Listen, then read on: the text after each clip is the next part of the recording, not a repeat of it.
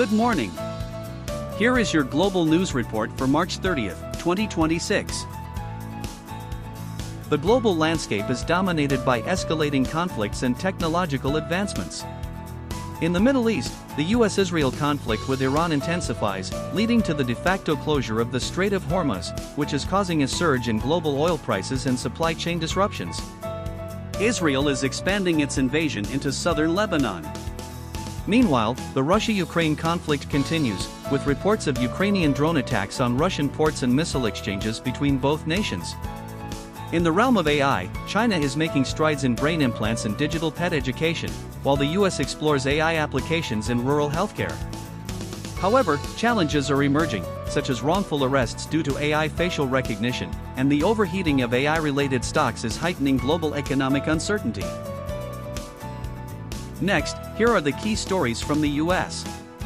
The US is grappling with issues concerning housing and healthcare for veterans, the application of AI in rural health, and the evolving dynamics within the Republican Party for the 2028 presidential election, alongside economic challenges. Under a HUD plan from the Trump administration, numerous homeless veterans, including Vietnam War veteran Jason Carter residing in Memphis, are facing eviction from their permanent housing. Representative Ruben Gallego, Democrat, has also highlighted challenges in the Veterans Affairs (VA) care system. Rural healthcare access in the U.S. is a significant issue, exemplified by the diagnosis of stage 4 bladder cancer in 76-year-old North Texas farmer Andy Hennard. In response, the Trump administration has proposed a rural health reform program that includes the introduction of AI nurses.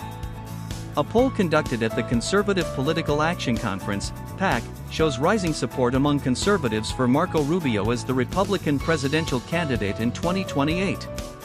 Economically, discussions surrounding domestic industry protection are prominent, including the complexity of prescription drug discount programs and Brian Riley's call for tariffs on children's bicycles manufactured in the U.S. Next, here are the key stories from Europe. In the UK, the response to rising energy and food prices, exacerbated by the Middle East situation, is a primary focus, with discussions centering on tax policies and support measures.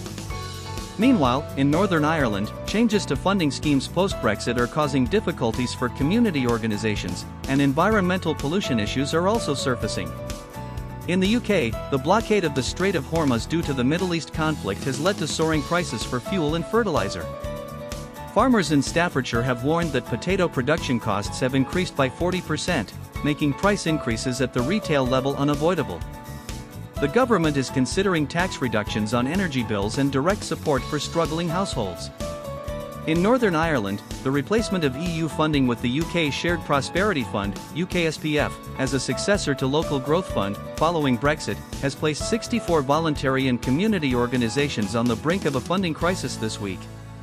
Annual funding has decreased from £25 million to just over £9 million, raising concerns about staff redundancies and the loss of local expertise. At a former landfill site in Cheshire, UK, toxic waste containing polychlorinated biphenyls, PCBs, a banned forever chemical, has been detected, with reports indicating an unacceptable risk. The risk to humans is described as low to moderate, and the risk to waterways into which the leachate flows is moderate to high. Next, here are the key stories from the Middle East.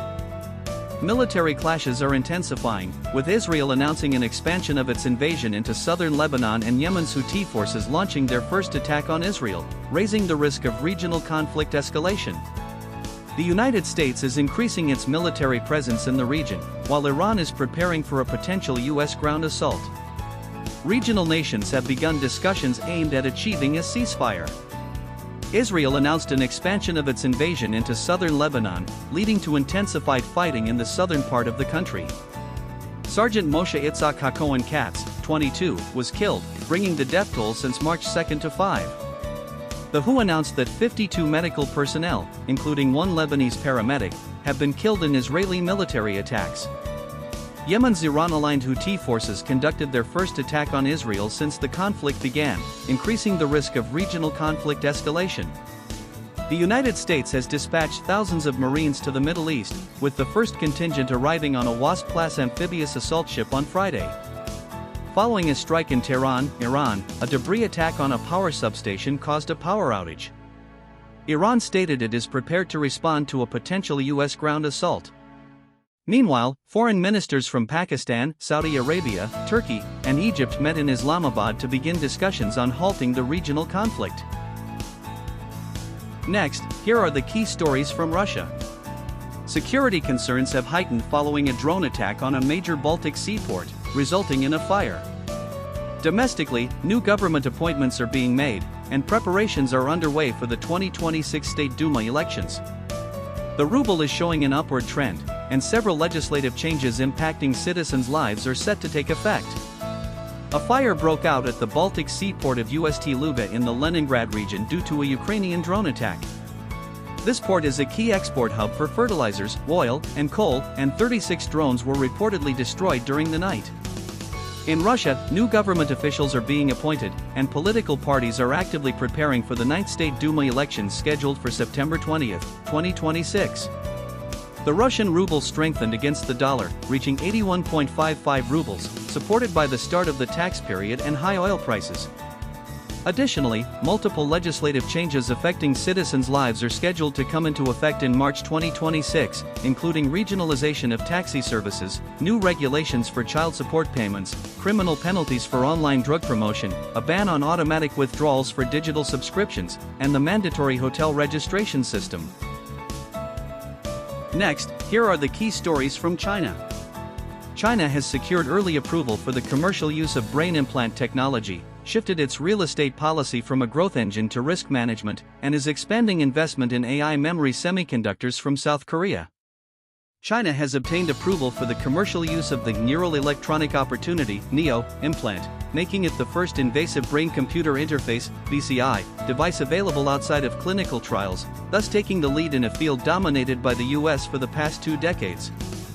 The Chinese government has reclassified real estate policy from a growth engine to a risk prevention section, clearly signaling a shift away from a real estate-driven growth model and strategically managing debt to protect social stability. South Korean semiconductor giant Samsung Electronics is increasing its investment in wafer factories in China, including a 465.4 billion won, approximately $308 million investment in its Xi'an plant for 2025, a 67.5% increase year-on-year. Along with SK Hynix, these investments are aimed at responding to the tight memory chip market driven by AI computing demand. Next, here are the key stories from Japan. Japan is facing financial market anxiety due to global stock market downturns and a weakening yen. In response to the Middle East situation, the government plans to shift its naphtha procurement sources.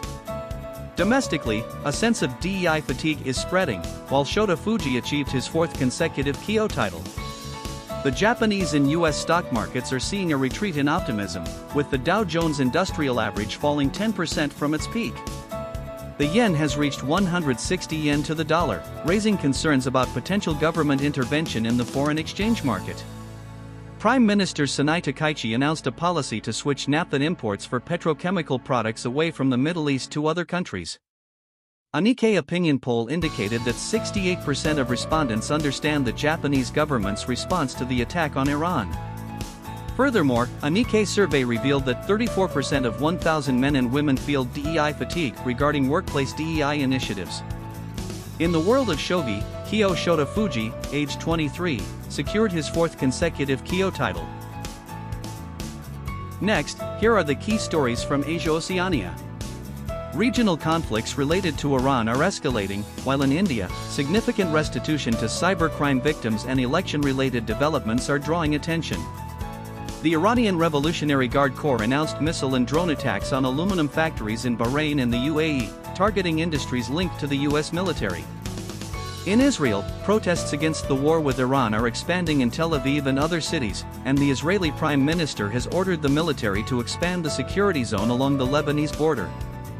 India's Telangana State Cybersecurity Bureau, through the first National Lok Adalat held on March 28, 2026, returned a total of 24.91 crore rupees, approximately 44.8 billion yen, to 4,627 cybercrime victims. The Election Commission of India has suspended the Information Officer of Kannur district on suspicion of violating the Model Code of Conduct by issuing a press release favorable to a Left Democratic Front (LDF) candidate. Next, here are the key stories from South America. In Argentina, a political scandal involving alleged illicit enrichment by Cabinet Chief Manuel Adorni is deepening.